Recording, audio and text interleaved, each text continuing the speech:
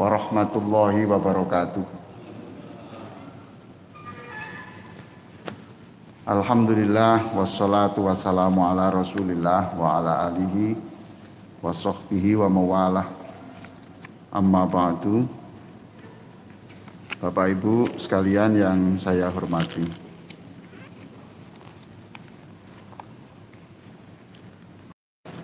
Saya mohon Ibu Bapak sekalian punya program double ya. Ada program membaca Quran khatam itu. Tanpa perenungan lah, tanpa tadabbur. Tapi juga ada program mengkaji Al-Quran itu secara mendalam.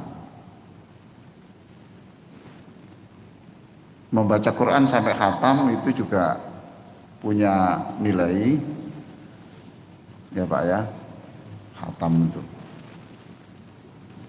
Utsman bin Affan itu kan pengusaha besar. Tidak ada yang menyamai bisnisnya Utsman bin Affan. Tapi beliau bisa menyisakan waktu setiap minggu itu khatam Quran. Nah, kita kalau hanya membaca Quran, dikejar juznya, dikejar suratnya itu. Yang dia peroleh kan hanya pahala, Pak. Ya toh Pak ya? Yang diperoleh kan hanya pahala.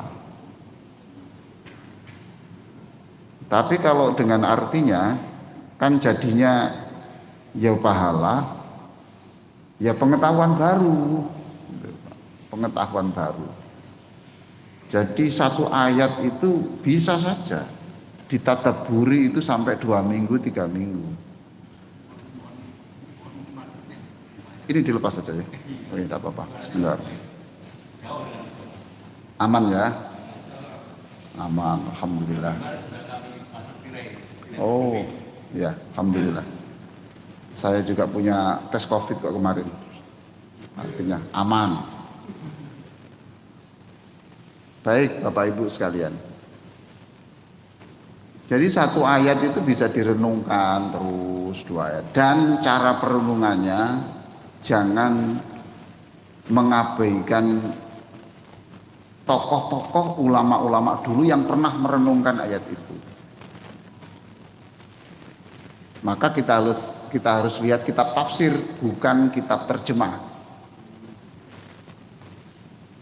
Di dalam aturan sekolah program doktor Pak ya, gitu. Tidak boleh orang melakukan penelitian yang seolah-olah dia peneliti pertama, itu tidak boleh. Maka harus dicari siapa saja yang di dunia ini selama bumi itu ada, siapa saja yang pernah mempelajari topik itu. Nah, Bapak Ibu juga begitu. Ketika mendalami Quran itu ya jangan dipelajari sendiri seolah-olah menjadi orang pertama yang mempelajari ayat itu. Paham Pak ya? Harus dicari dulu-dulu itu, yang dulu-dulu itu seperti apa, menjelaskan ayat ini seperti apa gitu. Nanti kemudian Bapak punya ide baru. Oh, kalau begitu ini. Nah, gitu. Ya melelahkan. Memang ilmu itu dihargai Allah ya karena itu Pak. Karena Bapak bisa punya pengalaman A saja, itu sendiri kan berapa tahun itu untuk bisa memperoleh pengalaman itu. Pengalaman itu sekecil loh, tapi itu diperoleh berapa tahun untuk itu. Baik, kemarin sudah saya jelaskan tentang ayat ini ya Pak ya. Ayat berapa Ibu ada yang ingat itu ya? Bapak Ibu ada yang ingat enggak ini ya? Yang ini sudah ya tentang Wajah amin aqsal Madinah itu sudah apa belum ya Pak ya? Baik, kita mulai saja di sini wajah 35, halaman 35. Mulai ini saja. Kita baca bersama-sama pelan-pelan. A'udzu billahi minasy syaithanir rajim. Wajaa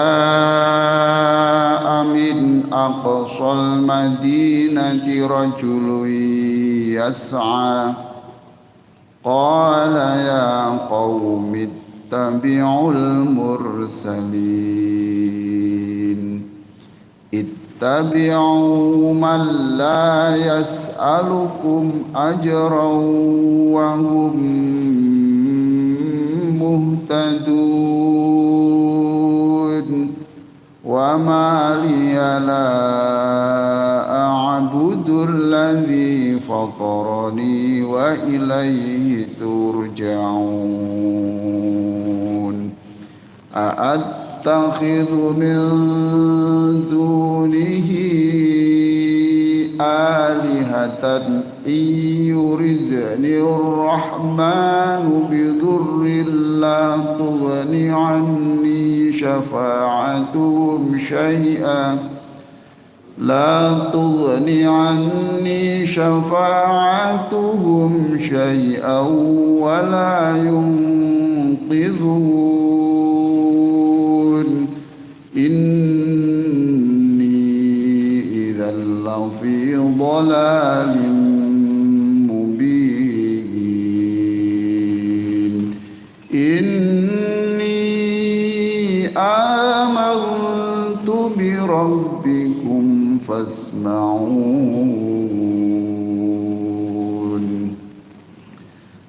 Ada yang lagu itu ya di beberapa kaset yang dibaca oleh korek-korek Mesir, Makkah itu saya lihat itu ujungnya itu sampai 5 sampai 6 panjangnya itu loh Pak.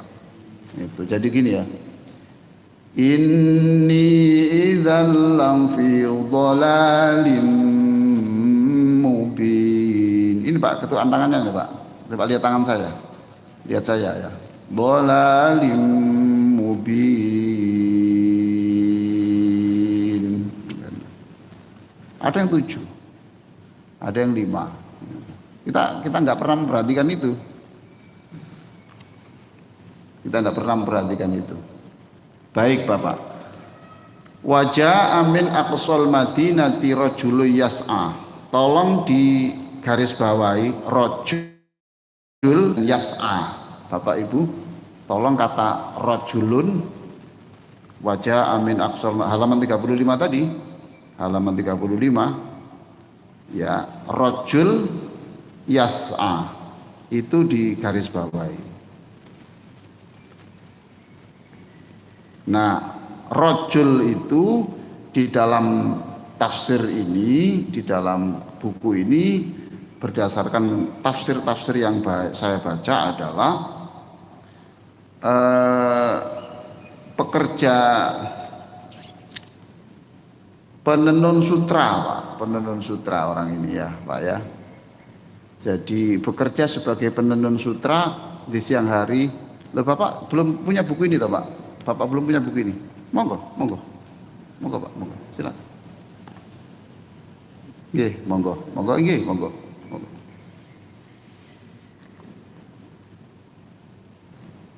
Rajul ini adalah laki-laki. Siapa laki-laki yang disebut di dalam Al-Quran ini? Adalah penenun sutra yang siangnya bekerja sebagai penenun sutra dan hasilnya separuh diberikan kepada fakir miskin. Lalu malam harinya dia masuk ke gua khusus untuk berzikir. Ini orang yang hablum minallah dan juga hablum minannas. Jadi tidak selamanya berzikir kemudian melupakan bahwa dia itu makhluk sosial. Ya toh Pak.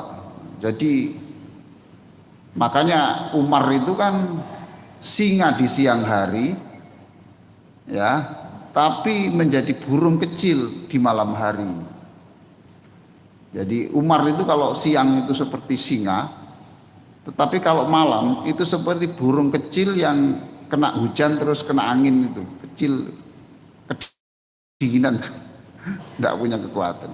Kalau malam tuh ibadahnya seperti itu, tapi siangnya dia perhatikan pekerja, terus dia komitmen kepada masyarakat tuh Pak ya, betul ya Pak ya. Oke, lalu perhatikan juga dia bekerja, tidak punya mental ingin diberi, dia bekerja. Jadi tidak berkata begini, ya sudah, yang penting mendekat ke Allah, nanti suatu saat rezeki kan ada saja. Loh, ada saja itu kan karena diberi. Lah apakah kita ini bangga menjadi orang penerima itu? Kenapa kita harus bangga menjadi penerima? Seolah-olah itu sebagai karomah, sebagai keajaiban dia tanpa bekerja bisa makan. Apa itu keajaiban? Satu sisi keajaiban, tapi satu sisi kita kan menjadi bangsa yang perlu dikasihani, janganlah itu. Ini makanya nih rajul ini saya suruh menggarisbawahi itu situ. Rajul itu adalah orang yang pekerja, dia tidak meminta-minta. Coba perhatikan di situ ya. Kemudian dia hasilnya, dia tahu bahwa apa saja yang kita peroleh itu tidak semuanya untuk kita. Dia sadar. Uang di nomor rekening Bapak itu harus diyakini bahwa itu bukan milik Bapak semuanya. Uang yang di dompet Bapak itu diyakini bahwa itu bukan milik Bapak semuanya. Itu sebagian adalah milik orang lain. Makanya kalau kita berikan itu namanya zakat. Zakat itu adalah pembersih. Zakat bukan membersihkan dari yang haram, tapi membersihkan dari hak orang lain yang masih pada kita berikan. Enak saja kalau yang haram itu bisa dibersihkan dengan sedekah. Ayo korupsi yang banyak. Nanti zakat kan berapa persen? 2,5%. Bila perlu 20%. Oke. Asalkan itu dijamin bisa halal. Bersih itu zakat artinya pembersih. Gitu. Jadi dibersihkan bukan dari yang haram. Ini konsep yang beda dengan agama lain. Agama lain itu kadang-kadang ada yang seperti itu, seperti charity itu bagian dari pembersihan dosa. Nah, kita pembersihan dari hak orang lain. Rajul itu seperti itu, rajul. Ya kerja, ini malamnya dia zikir pada Allah. Yas'a. Nah, yas'a itu artinya berlari. Yas'a itu berlari. Sa'i, lari toh? Itu sa'i, yas'a. Kenapa saya suruh menggarisbawahi? Di dalam urusan dakwah, itu loh Pak.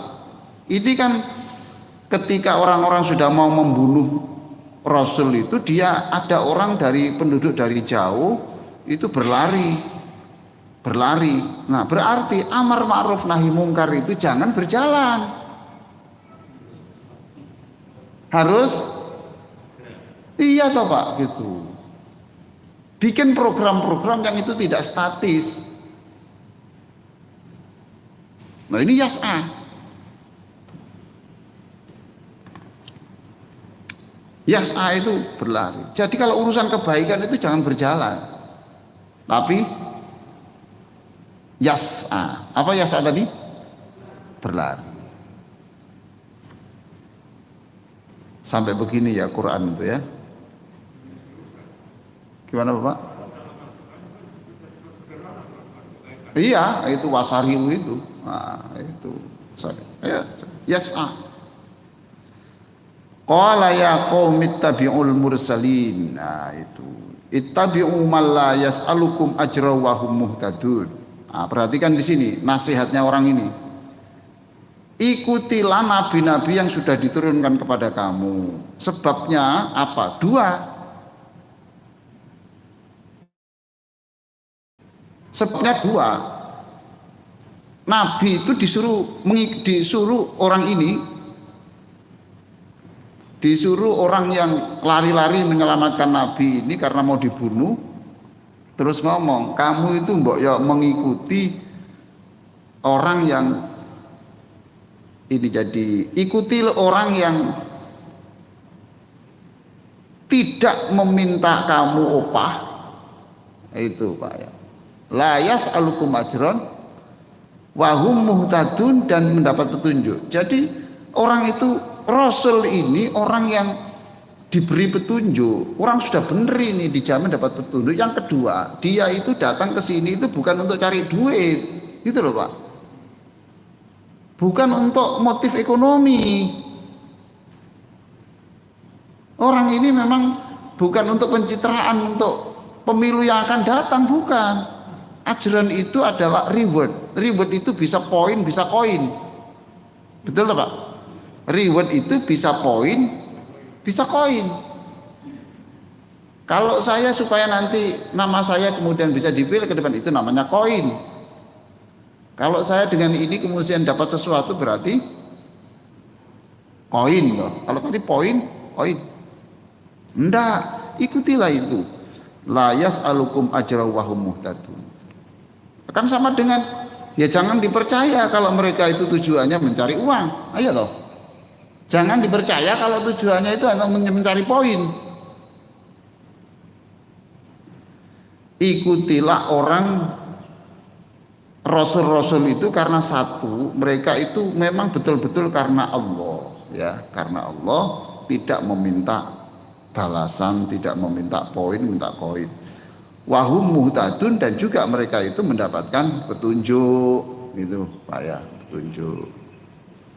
Nah dalam agama, karena kita ini juga ada yang namanya manajemen, gitu.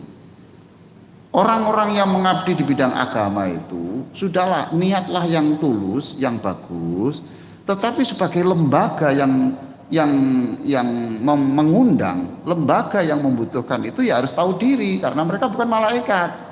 Ya toh Pak? Loh, betapa indahnya, betapa cantiknya begini nih. Sudah, kamu tidak usah mikir itu, saya pikir.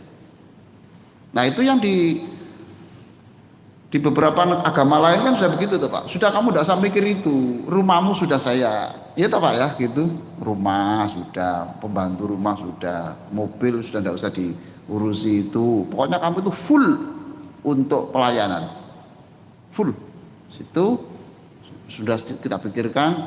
Kalau kamu nanti pindah, saya tugaskan kemana juga sudah tidak usah mikir. Di sana sudah ada rumah, sudah ada ini, tempat sekolah anakmu sudah ada begini, dan seterusnya. Jadi akhirnya memang kita menata ini harus dua sisi, ya Pak ya. Menata pada pegiat agama plus menata pada manajemen lembaga agama. Wahum muhtadun, dan mereka itu adalah orang yang mendapatkan petunjuk. Sudah Pak ya. Sekarang kita lanjutkan. Memang tidak bisa satu ayat Pak ini nanti, supaya Bapak kesempatan membaca sendiri.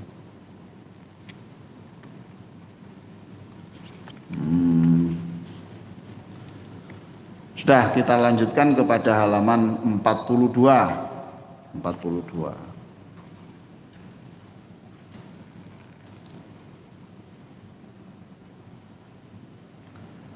Tapi kalau yang menyangkut ayat itu ada pertanyaan, monggo silahkan. Tapi nanti aja ya Pak ya. Ya, dicatat saja pertanyaan-pertanyaannya. Kita baca bersama-sama ayat 28 dan 29. A'udzu billahi minasy syaithanir rajim. Wa ma anzalna ala qaumihi min ba'di min jundin minas samai wa ma kunna munzilin in kanat illa sayhatan wahidatan fa idza hum khamidun. Nah, 6 itu tadi. khamidun.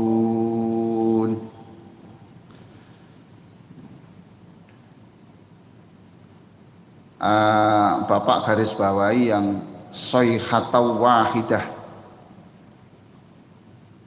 sayhatau wahidah.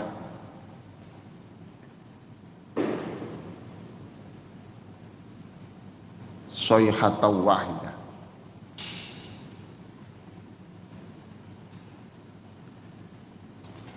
Nah, sekarang bagaimana Allah menyikapi orang-orang yang telah melakukan kezaliman kepada para rasul? Di sini dikatakan, wa ma anzalna ala qaumi ba'di min jundin minas sama'i wa ma kunna munzilin. Ya, saya kata Allah ya, aku untuk menghancurkan mereka gitu ya. Tidak perlu saya menurunkan jundun itu tentara. Jundun itu tentara. Kami tidak perlu menurunkan tentara dari langit untuk menghancurkan orang itu loh Pak. Tidak perlu saya kirim pasukan dari langit untuk menghancurkan itu. Wa ma kunna munzilin, dan sekali-kali tidak. Sekali-kali tidak. Lalu menghancurkan orang, kenapa harus pakai tentara segala itu? Pasukan malaikat enggak. Itu jundun itu tentara. Kalau tentara kecil itu junaidun. Nah, junaidi itu tentara kecil. Jundun tentara. Kami tidak perlu. Lah kalau begitu apa? In kanat illa sayhatau wahidah. Sayhatau wahidah itu ledakan. Sayha wahidah itu bisa teriakan, satu teriakan. Wahidah itu kan satu toh Pak. Wahidah, wahid, ahad itu satu. Sayhatau wahidah, satu teriakan atau satu ledakan. Jadi kalau saya ingin menghancurkan orang, tidak perlu aku menurunkan tentara dari langit. Untuk apa? Bangsa yang zalim, yang apa ya, tidak perlu lah gitu. Nah kalau gitu cukup di dalam tafsir itu ada cukup hanya teriakan Jibril ya. Nah di sini Bapak mungkin bertanya, loh Jibril itu katanya tugasnya apa? Ya, mengirim wahyu, kok sampai tugas untuk begini-begini juga gitu. Di tafsir ini, di tafsir ini semula saya tulis Jibril karena saya lihat di buku tafsir itu. Tapi karena ketika saya sodorkan dalam seminar kecil itu, Pak nanti Bapak diprotes orang, Pak Jibril tugasnya kan tidak hanya itu. Walaupun di beberapa itu daripada kontroversi Pak hapus itu. Akhirnya saya tulis apa itu, ledakan kecil, teriakan kecil, fahum khamidun, kemudian semuanya itu mati. Ya seperti kita gempa bumi di Surabaya kemarin loh Pak. Lah kalau itu ditingkatkan skala Richternya Pak ya, kemarin itu berapa? 6 toh ya. Nah sekarang, lah kalau saya ingin menghancurkan Surabaya loh, kenapa harus malaikat diturunkan terus bawa senjata, bawa bom, kocek soro Kan saya cukup menggoyangkan itu, saya tingkatkan 8 skala Richter, kemudian itu seperempat jam itu selesai Pak. Bapak kemarin terus tidak syahadat Bapak. Saya syahadat itu Pak, karena mendengar suara lantai 2 kok krek gitu. Syahadat saya, wah guys, akhir ini guys, asyhadu an la ilaha illallah. Saya ingat di Filipina itu kan tiap hari gempa. Saya di lantai 16. Itu saya lihat di tempat jauh ini orang dari apa itu dari pertokoan itu sudah keluar semua ke tempat yang aman itu di halaman. Nah saya mau kemana? Mau kemana? Ya syahadat saja. Saya ingat ini. Iya kalau Allah mau menghancurkan ya. Ya sederhana. Nah kalau itu digoyang 10 menit sudah selesai mungkin Pak ya. 10 menit. Hah? Nggak sampai setengah jam kan selesai itu Pak. Dinaikkan itu. Nah besok kiamat itu ya seperti itu Pak. Dan sangat ini kemudian setelah itu kemudian gunung itu diterbangkan jadi debu Pak. Gunung idza rujjatil ardu rajja wa bussatil jibalu bassa. Kemudian gunung itu gunung itu diterbangkan kemudian seperti bulu-bulu Pak ya. Tuh. Yang diterbangkan apa itu Pak? Yang diterbangkan tadi apa? Raya Pak. Bapak di mana? Waktu itu.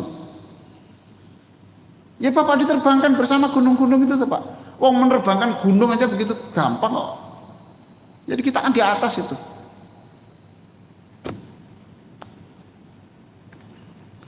Nah sebetulnya Al-Qaryah itu ya sama dengan ini. Kalau ingin menghancurkan Allah ingin menghancurkan ya begitu gampang. Itulah. Atau tanpa gempa. Atau tanpa gempa. Kisah di dalam ayat-ayat yang dulu itu kan ada angin yang kemudian mematikan semua. Kayak di Amerika kemarin yang musim panas itu Pak, angin kencang beberapa orang yang sekian mati itu. Ya ini yang dimaksud sayhatan wahidah. Sayhatan wahidah.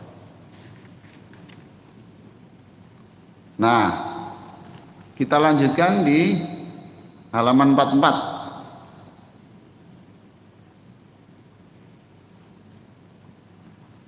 Kita baca bersama-sama. Saya kok enggak dengar suaranya ibu-ibu ya. Apa kekenyangan sahur ini? Ayo Bu ya, sama-sama semuanya ya. A'udzubillahi minasyaitonir rajim. Ya hasratan 'alal 'ibad ma ya'tihim mir rasulin illa kanu bihi yastahzi'un. Alam yarau kam ahlakna qablahum minal quruni annahum ilaihim la yarji'un wa in kullun lamma jami'un ladaina muhdharun.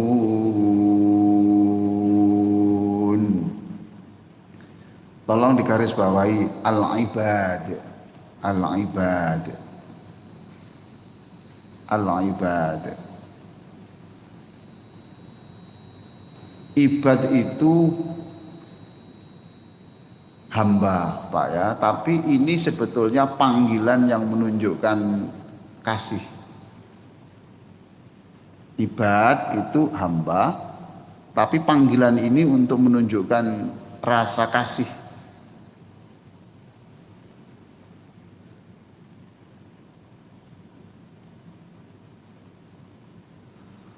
Jadi orang yang seperti itu loh Pak ya, masih dipanggil Allah ibad.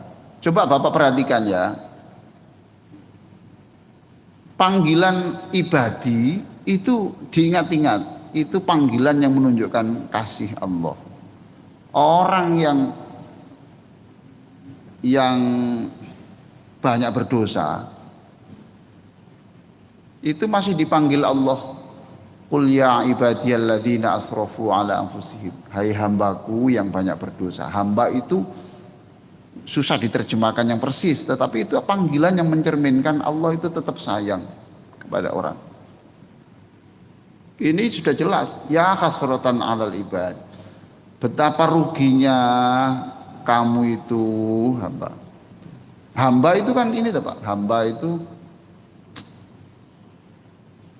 kalau saya saya ini majikan memanggil anak buah, panggilan yang sayang apa Pak? Panggilan yang sayang apa? Karena kita mau mencontohkan antara tuan dan budak itu sini susah karena tidak pernah ngalami itu gitu loh Pak ya. Itu. Nah budak itu perhatikan Pak, cirinya budak itu apa Pak? Cirinya budak itu apa? Satu. Coba ingat-ingat Bapak. Ya pokoknya ya sejak zaman dulu itu cirinya budak itu apa? Bisa tidak punya hak milik itu Pak ya. Ya, dimiliki penuh. Yang kedua, cara etikanya kepada majikan gimana? Tuannya. Tidak boleh meminta upah. Loh, betul loh Pak? Tidak boleh meminta upah, tidak boleh meminta imbalan. Lah Bilal itu loh Pak, Bilal bin Rabah, muadzin Nabi itu, dia bekerja di tuannya itu kan dibayar segenggam kurma sehari. Ya tidak boleh bantah, budak kok bantah. Oke, apalagi Pak? Bapak ingat-ingat, nanti supaya tahu. Kita itu menyebut dari hamba Allah. Ayo hamba tak cekel kita nama hamba itu. Jangan sampai menyebut nama hamba tapi kelakuannya gak koyok hamba. Ayo. Apa? Penampilannya ya tidak mungkin menarik karena miskin tuh Pak itu ya. Oke. Tidak boleh membantah apa saja loh. Ayo Pak. Tidak boleh membantah apa saja perintah. Dan kalau umpamanya dipukul melawan, budak itu loh Pak, kalau dipukul melawan enggak.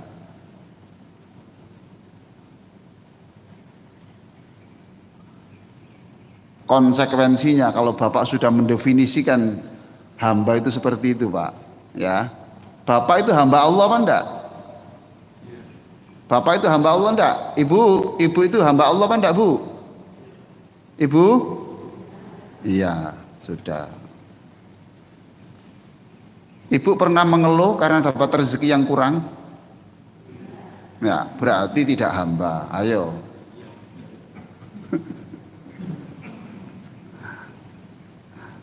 Ya kita dari segi aibat saja, itu kita sudah bisa koreksi sendiri. Pernah sakit kemudian begini, kenapa kok diberi sakit? Ayo, Bapak pernah begitu? Bu, pernah Bu?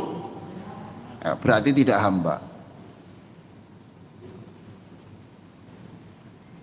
Jadi kita ini hamba hanya untuk mengenakkan bacaan saja, mengenakkan pembicaraan saja, tapi akhlak kita hamba-hamba. Jadi diberi apa saja ya sudah, itu hamba itu begitu. Nah, panggilan ibad itu panggilan ibadi. Ibad itu ya itu Pak ya, itu artinya itu panggilan sayang. Di sini dikatakan gitu. Betapa ruginya kamu hambaku, sebab setiap rasul yang kamu datang itu kamu bikin guyonan saja. Yastahziun itu dibikin lelucon saja, bergurau. Nah, ayat 31 ini Pak, begini ya. Ini bunyinya kan begini Pak. Apakah mereka itu tidak membaca sejarah? Bagaimana nasib orang-orang yang melawan Rasul itu loh, mengingkari kebenaran itu. Nah, di dalam buku-buku itu saya lihat begini Pak. Sekarang saya tunjukkan Pak ya. Gerombolan hewan.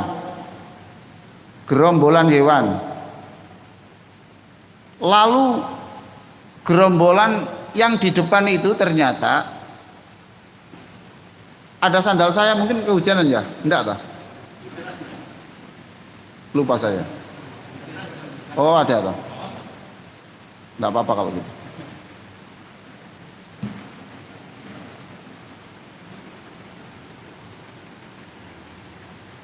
Alhamdulillah hujan.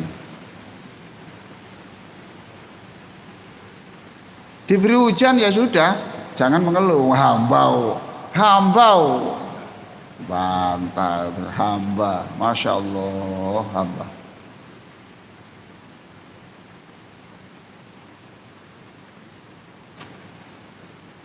Itu yang termasuk saya tulis di buku doa itu. Yang menyebabkan suaramu itu tidak nyaring di langit itu karena satu antara lain kamu itu menyebut hamba, tapi gayamu itu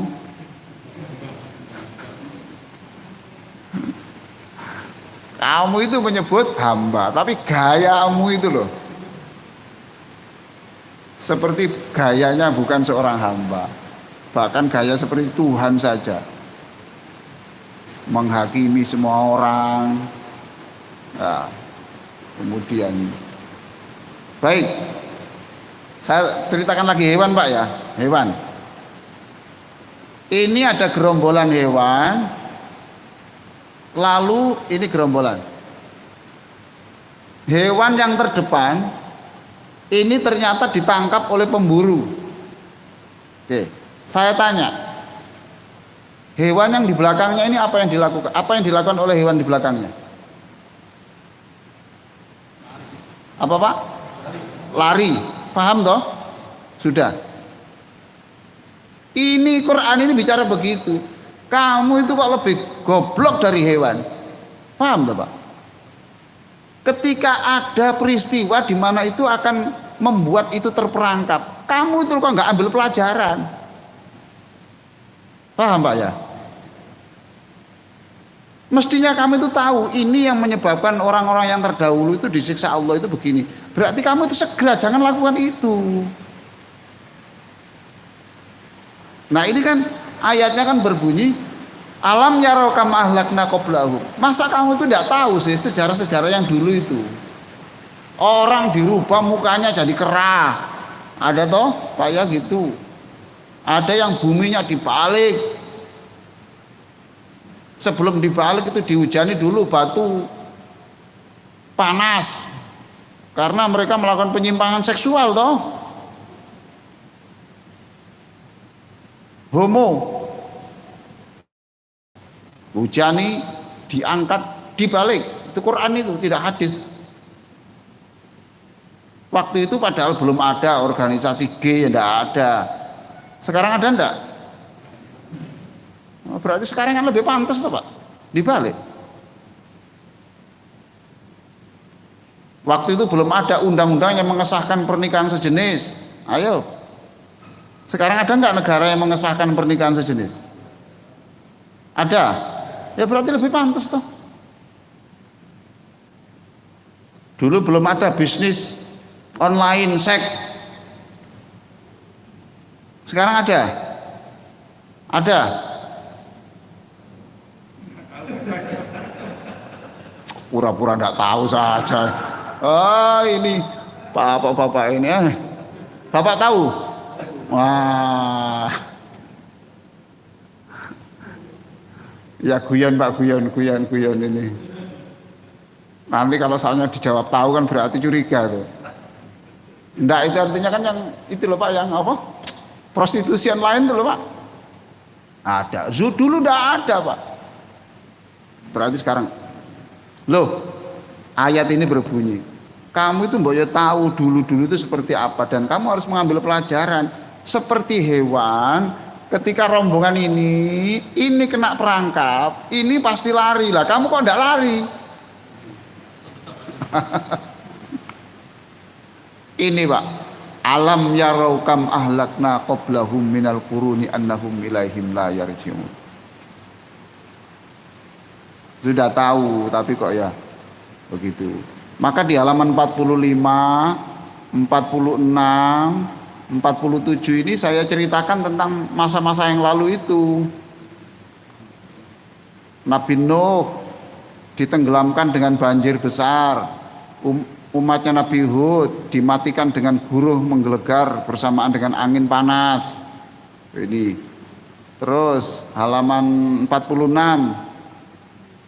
Mengapa, alinea kedua, mengapa engkau tidak membaca kisah umat Nabi Soleh yang dengan secepat kilat dibinasakan karena melecehkan kemukjizatan sang Nabi. Terus saya ceritakan tentang kehancuran dulu itu.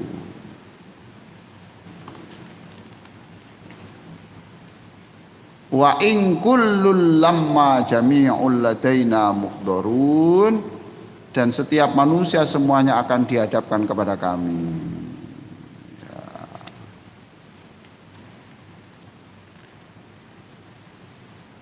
Jadi kalau Bapak mau membaca surat Yasin, diangan-angan pelan-pelan saja itu. Diangan-angan pelan-pelan, nanti kan ketemu. Baik Pak ya. Berarti tadi itu bicara apa Pak? Bicara sejarah toh? Betul. Bicara sejarah. Sekarang halaman 49.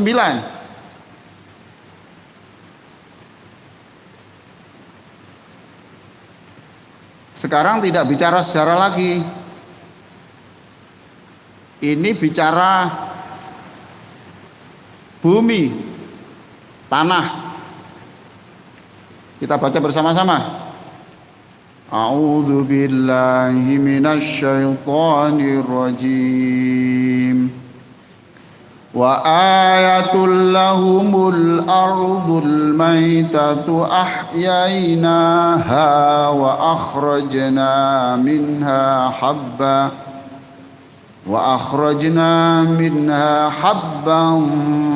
faminhu ya'kulun wa ja'alna fiha jannatin min nakhilin wa a'nab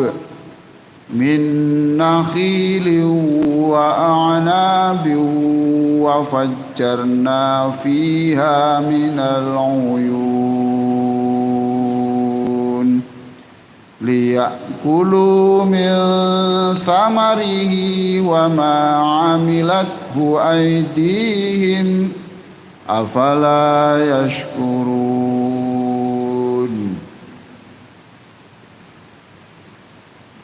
Baik, coba digarisbawahi wa ma 'amilathu aydihim.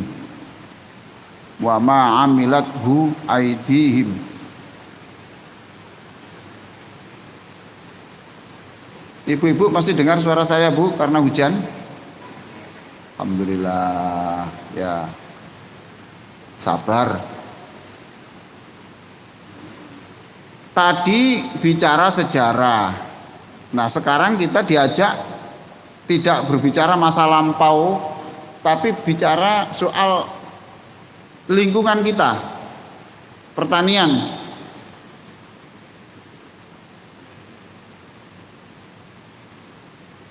Wa ayatul lahumul ardul maitatu ahyainaha. Coba Pak Haji Madiun dibaca Pak Haji terjemahnya 33 itu Pak, halaman 50 itu. 33 Pak Haji. Dan suatu tanda, oh pakai kacamata. Oh enggak, oke silakan. Dan suatu tanda kebesaran Allah bagi mereka adalah bumi yang mati depan. Kami hidupkan bumi itu dan kami keluarkan darinya kemudian, maka darinya kemudian itu mereka makan. Terus lanjut. Dan kami menjadikan perjanjian itu untuk makan makhluk, dan kami bangsakan padanya beberapa mata air, agar mereka dapat makan buahnya, dan tangan mereka tidak dapat suatu pun. Maka mereka tidak bersyukur. Baik Pak, tolong terjemahan itu digarisbawahi, dan tangan mereka tidak melakukan sesuatu pun. Tolong digarisbawahi. Halaman 50 itu 2, 3, 4, 5, 6 dari bawah. Dan tangan mereka tidak melakukan sesuatu pun. Baris ke-6 dari bawah. Dan tangan mereka tidak melakukan sesuatu pun. Halaman 50 baris ke-6 dari bawah. 1, 2, 3, 4, 5, 6. Sudah ketemu Pak ya? Nah gini, coba ini perhatikan ya. Jadi orang melihat tanaman itu, sebenarnya orang itu disuruh yang diingat itu Allah gitu loh Pak. Yang diingat Allah. Saya ini menurunkan hujan terus supaya bumi yang tandus itu bisa menghasilkan, itu Pak gitu Pak. Jadi kita ini disuruh gini loh Pak, melihat tumbuh-tumbuhan ya ingat Allah, karena ingat bagaimana kerjanya Allah itu, bagaimana Allah bekerja.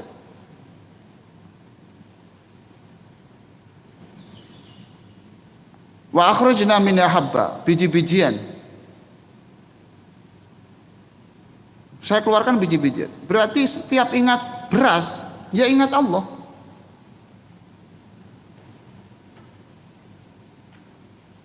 Coba Pak, beras nasi yang di piring Bapak, satu butir nasi, itu saya tanya, berapa bulan Allah bekerja?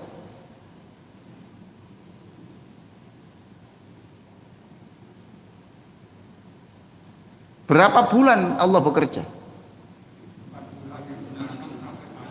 Nggih. Kemudian dikeringkan, kemudian ditumbuk, kemudian dikaruni, kemudian dipiring.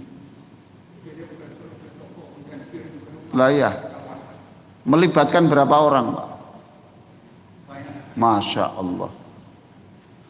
Terus jadi nasi, siapa saja yang proses itu? Jadi nasi, itu kan beras toh Pak? Ah ya, kompor. Jadi orang itu bisa saja beriman hanya karena persoalan sebutir nasi kalau mau berpikir itu. Makanya di dalam doa makan itu Allahumma barik lana. Nah itu kami itu seluruh orang yang dalam proses ini loh Pak.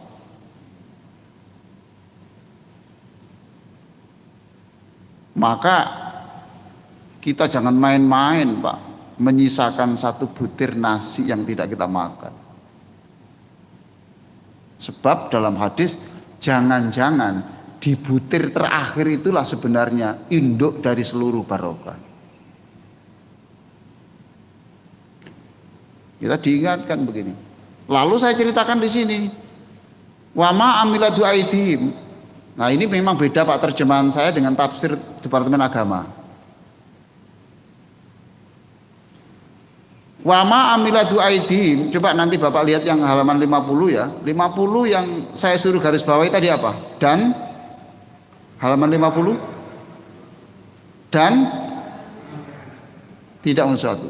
Nah itu kalau terjemah dalam Kemenak Pak, itu berbunyi dan apa saja yang dikerjakan oleh tangan mereka.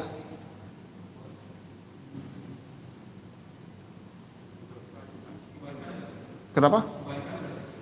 Iya, kebalikan. Enggak apa-apa. Versi Pak, saya mengikuti versi ini. Di dalam tafsir-tafsir itu ma itu bisa arti sesuatu dan ma itu berarti tidak, gitu loh Pak. Paham toh? Gini loh Pak ya. Ayo kita lihat lagi. Liyakulu min samarihi. Terus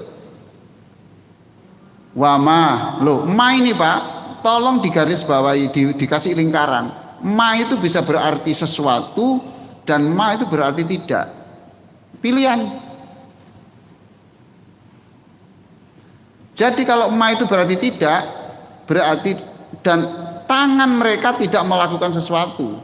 Tapi kalau ma diartikan sesuatu berarti sesuatu yang dihasilkan dari tangan mereka. Ini pilihan. Saya pakai pilihan ini. Mengapa tidak diterangkan kedua-duanya? Kalau diterangkan kedua-duanya buku ini menjadi buku tafsir, jadi tebel. Itu loh Pak. Jangankan yang tebel, wong sekian aja belum sempat dibaca kok. Ya toh. Jangankan yang tebel. Boleh.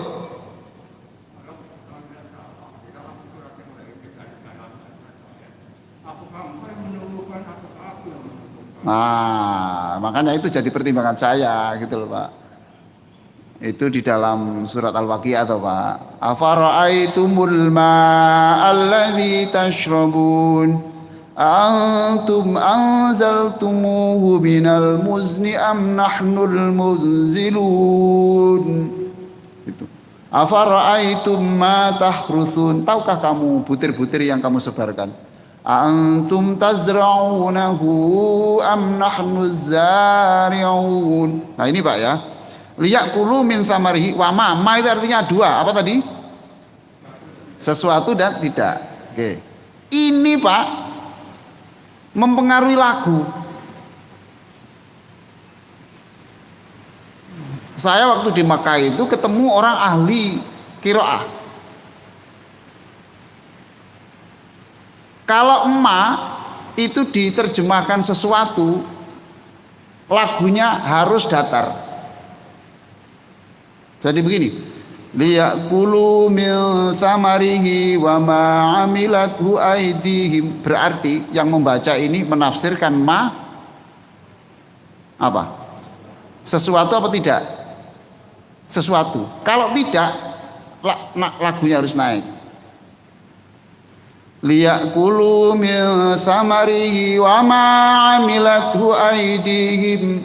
Tidak. Supaya mereka itu makan dari buah yang diciptakan Allah dan tidaklah mereka itu melakukan sesuatu. Karena yang bekerja itu adalah Allah.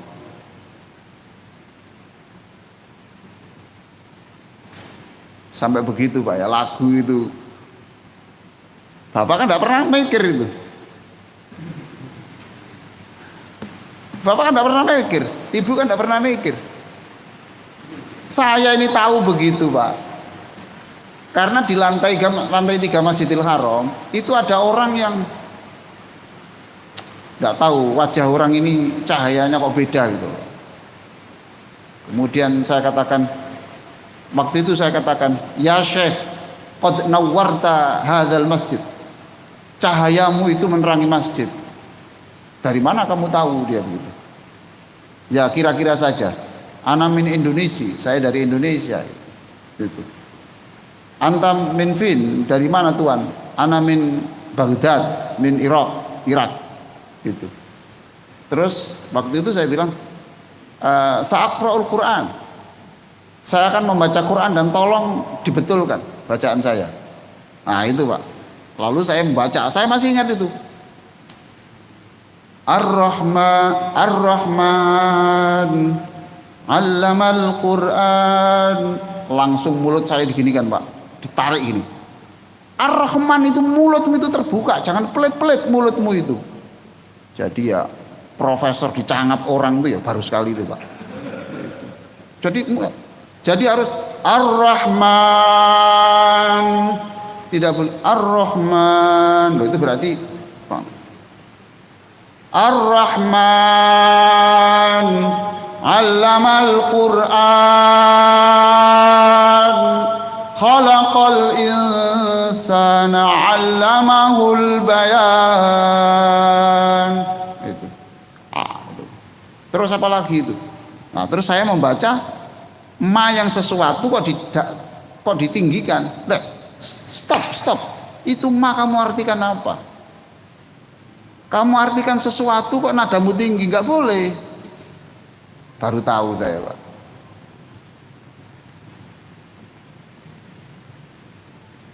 Memang ya selalu beda Pak. Orang tahu dan tidak tahu itu beda ya Pak. Selalu beda. Jadi karena saya di sini membaca terjemahan kan saya terjemahkan tidak berarti lagu ma saya harus naik. Bukan wajib, jangan salah paham. Tidak dosa, enggak. Itu hanya untuk menandakan orang yang membaca ini mengartikan ma ini sesuatu atau tidak. Itu Bapak. Nah, itu berarti dia memilih tafsir apa. Itu.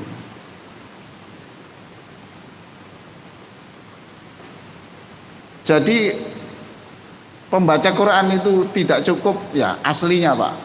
Tidak cukup hanya tahu melagukan, tapi juga tahu iramanya. Artinya itu seperti apa. Oke Pak ya. Ini loh Pak foto-foto halaman 52 ini. Sengaja saya tunjukkan. Ini loh.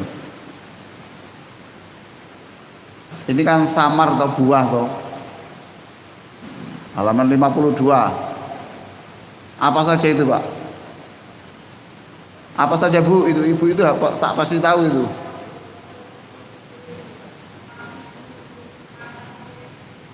Iya Pak. Pepaya kelihatan toh? Murah apa mahal? Iya di sini Pak murah. Saya itu di Afrika. Maksud saya itu saya minta buah yang tidak menyulitkan panitia Pak. Saya minta pepaya. Tahu-tahu apa Pak? Dia harus terbang naik pesawat untuk beli pepaya.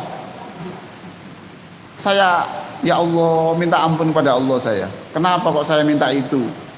Saya pikir ini di Surabaya. Oh coba Pak. Tapi pernahkah kita berpikir bahwa buah pepaya itu adalah buah ciptaan Allah yang mahal sebenarnya? Di sini murah. Yang kedua,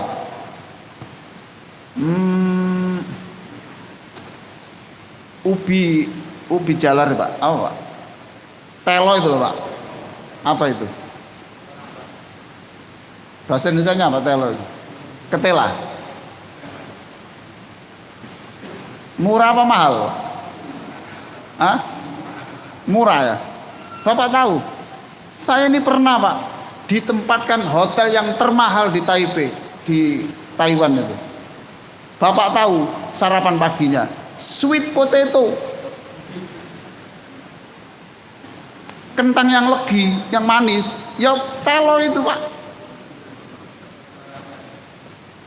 Namanya sweet potato, kentang tapi manis, ya telo itu. Di sini orang menghina telo itu. Ngawur itu. Ya penciptaan Allah itu. Telo itu. Sampai begitu. Itu kalau kedengaran Allah kan juga ngomong-ngomong pisan kas. Ayo ngomong lagi kamu, telo. Nah, itu Pak ya. Nah, di sini Pak, ya antara benar.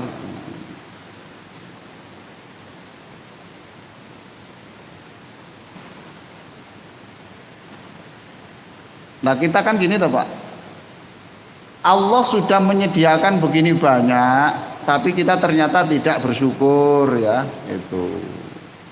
Ini saya tulis di sini. Jadi jam ini kira-kira untuk pertanian Allah sedang kerja apa Pak? Jam ini loh Pak.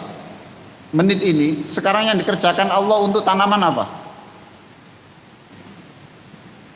Apa Pak? Ya itu tuh Pak. Sekarang orangnya di mana? Pemilik tanamannya di mana? Di rumah toh? Bisa tidur toh Pak? Paham Pak? Bisa tidur toh? Itu artinya berapa persen kamu kerja itu? Sekian persen kan Allah. Nah, makanya saya memilih itu. Milih ma yang berarti tidak. Milih ma yang artinya tidak. Tidak bukan apa, hampir tidak melakukan sesuatu. Maka di sini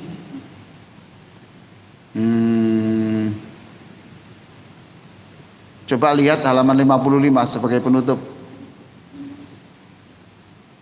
Tolong dibaca sekali lagi Pak Haji Madiun. Halaman 55 alinea kedua. Halaman 55 alinea kedua. Alinea kedua. Ya betul. Pelan-pelan aja Pak Haji. Nggak usah cepat-cepat. Itulah Allah yang bekerja pagi, siang dan malam, berbulan-bulan atau bertahun-tahun untuk membesarkan apel tanpa pengumuman dan banyak bicara. Jangan menjadi orang yang banyak bicara, tapi tak ada karyanya. Semua hasil panen itu dipersembahkan Allah untuk menyenangkan manusia. Tidak peduli dia orang beriman atau tidak, dan tidak peduli pula Anda orang taat atau durhaka padanya. Jadi Allah ini bekerja jam ini, tapi kan tidak pakai pengumuman. Betul Pak? Tirulah Allah, tidak usah banyak bicara lah, gitu. Mana buktinya itu loh? Paham Mbak ya? Ada nggak orang itu yang ngomong tok itu, usulnya banyak. Usulnya setiap rapat itu sampai dicatat itu tidak muat 3 halaman, 1 spasi itu. Tapi waktu actionnya nggak ada. Ayo, ada ndak begitu? Ada ndak? Tapi ada orang itu yang mendem itu, tahu-tahu transfer 10 juta. Tahu-tahu dia, ini Pak, sudah saya kerjakan. Allah begitu. Tirulah Allah yang berjam-jam bertahun-tahun bikin apel, tiba-tiba langsung dipersembahkan. Dan tidak pakai pilih kasih toh. Apel boleh dimakan orang Kristen boleh, orang Islam boleh. Ayo, ayo. Sholat iya, zina ya iya. Makanya saya suruh garis bawahi wa ma amilatu aidihim tadi itu. Tidak bekerja, tapi yang penting itu apa itu tidak kamu kerjakan. Tirulah Allah yang bekerja yang luar biasa tanpa pengumuman, tapi itu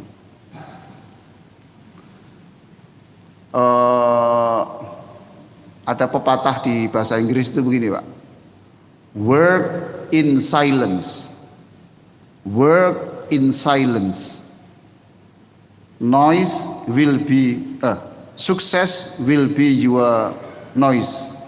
Work in silence, apa artinya? Bekerjalah, iya, dalam senyap. Sukses will be your noise. Biar nanti yang ngomong adalah karyamu. Nah ini seperti itulah. Wah ini pelajarannya banyak sekali pagi ini. Pagi ini banyak sekali. Padahal apa Pak? Wallahu a'lam Pak itu. Lama merenungnya begini nih Pak itu. Subhanallah. Dan mohon maaf saja, untuk bisa merenungkan begini ini saya demi Allah saya tidak menunjukkan untuk dapat pujian atau apa, enggak. Tapi saya ingin menyemangati Bapak. Menyemangati ya gitu. Saya menunjukkan Bapak saya dapat apa. Saya rakaat pertama sholat malam itu surat Yasin plus tafsirnya ini. Hampir 1 jam rakaat pertama. Jadi saya angan-angan dengan plus tafsirnya itu rakaat pertama itu hampir 1 jam. Dan itu nanti ternyata subhanallah Pak, itu memang ada where focus goes energy flows. Jika orang itu fokus, itu energi itu keluar. Where focus goes energy flows. Ketika sesuatu itu fokus difikirkan, itu energi itu keluar. Jadi saya sampai malam ya, tidak selalu Pak, tidak selalu. Orang itu kumat-kumatan Pak saya itu. Kadang-kadang ya telat gitu. Cuma kalau bisa bangun jam 2 itu ya bisa. Kalau bisa bangun jam 3 sudah tidak bisa. Sudah tidak nutut gitu. Sehingga itu ya padahal ya tidak merata, itu ya hanya ini surat Yasin itu direnungkan, masya Allah, mandek lagi itu ini tuh wa ma amilatu aidihim afala yashkurun. Jadi kita ini sebenarnya tidak melakukan banyak yang berarti sebenarnya itu. Kita tidur. Ada juga yang kayak menanam tebu itu Pak. Tebu kan ditanam Pak ya. Terus orangnya kemana? Ah ini yang Pak Madiun yang di PTP dulu. Orangnya nanam tebu Pak ya. Terus berapa bulan itu Pak? Tebu. 14 bulan.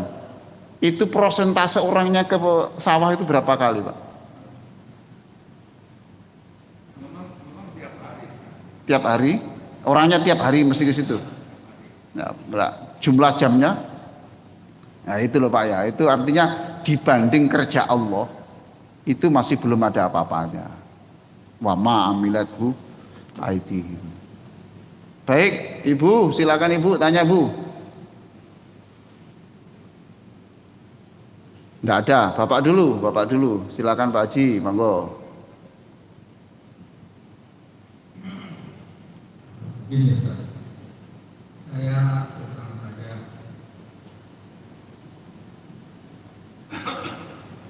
maaf Pak, silakan. Ya enggak apa-apa. Ini puasa ini. Jadi apa yang saya sampaikan tentang apa yang baca ayat ya itu artinya Ah, iya itu sayang. mungkin satu tak bisa menjelaskan ini banyak. Oh iya.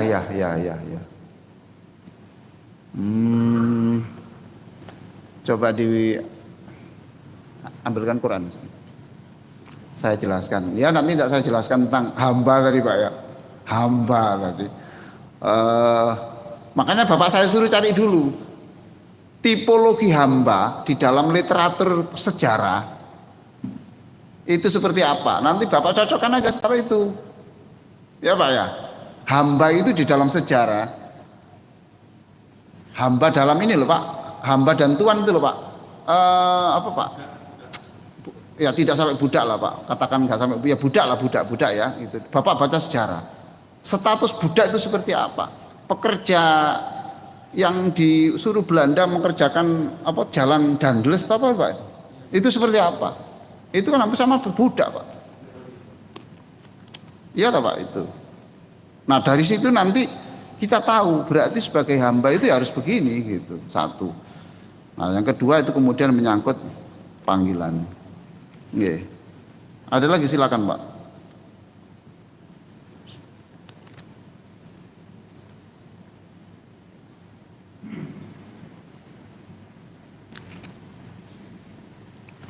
Silakan Pak. Pak Haji Marjono monggo. Monggo.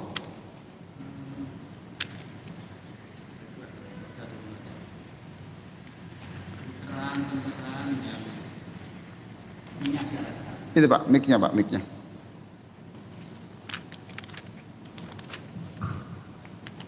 Yang menyadarkan bahwa peran kita dalam memenuhi kebutuhan ini sebenarnya sangat kecil dibandingkan peran Allah. Ini yang jarang orang itu menyadari. Dan juga setahu saya juga jarang dibahas atau diingatkan begini. Jadi seolah-olah kita ya sudah ada, semua ada begitu ya ada aja.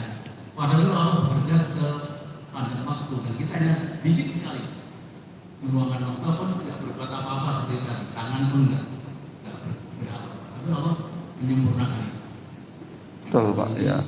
Dalam hal ini ya tadi mengajak teman-teman atau mungkin ustaz lain juga saya diajak untuk sering-sering mencerahkan atau menyadarkan umat tentang ini. Jadi urusan ke posisi hamba tadi juga menjadi lebih disadari dan peran kita dalam hidup ini juga kita lebih menyadari dan bersyukur. Jadi Iya. Ya, itu aja saya kira ini aja yang kami sampaikan perlu pencerahan. Iya Pak. Jadi akhirnya kalau melihat ini kan kita bisa menghargai itu Pak, menghargai ciptaan Allah itu. Kita ini kan masak buah itu di kulkas sampai busuk. Ayo, pernah nggak ada buah di kulkas sampai busuk? Lah itu kasihan Pak, Allah itu bekerja capek-capek ini untuk manusia kok dibusukkan di kulkas itu loh. Lah ini kan tidak pernah merasa bahwa itu pelecehan kepada karya Allah toh. Ayo Pak, tidak pernah tuh. Busuk ya, buang, enak itu. Busuk, buang, kan itu Pak, ini bagian dari ini. Jadi menghargai, apalagi kita ingat bukan ini hasil karya Allah, tapi Allah itu siapa yang mempersembahkan kamu itu seperti apa. Makanya saya selalu kalau ada acara-acara malam itu berkatan itu saya minta mbok ya jangan yang masak begini itu Pak, itu loh. Malam itu loh Pak. Malam saya jauh-jauh pulang ke rumah, ya akhirnya sudah tidur semua. Betul loh Pak. Terletakkan di meja, saya tertidur capek. Terus gimana Pak? Basi toh? Basi toh? Nah, apa yang kita lakukan, pembikin berkat, dan saya sendiri memperlakukan itu, ya Pak ya. Itu berarti kan kita tidak sadar. Wa ma'amila dua aidihim. Ini sebenarnya bukan karyamu loh. Kamu perlakukan begini. Lah Allah bisa marah toh Pak. Sudah karena kamu itu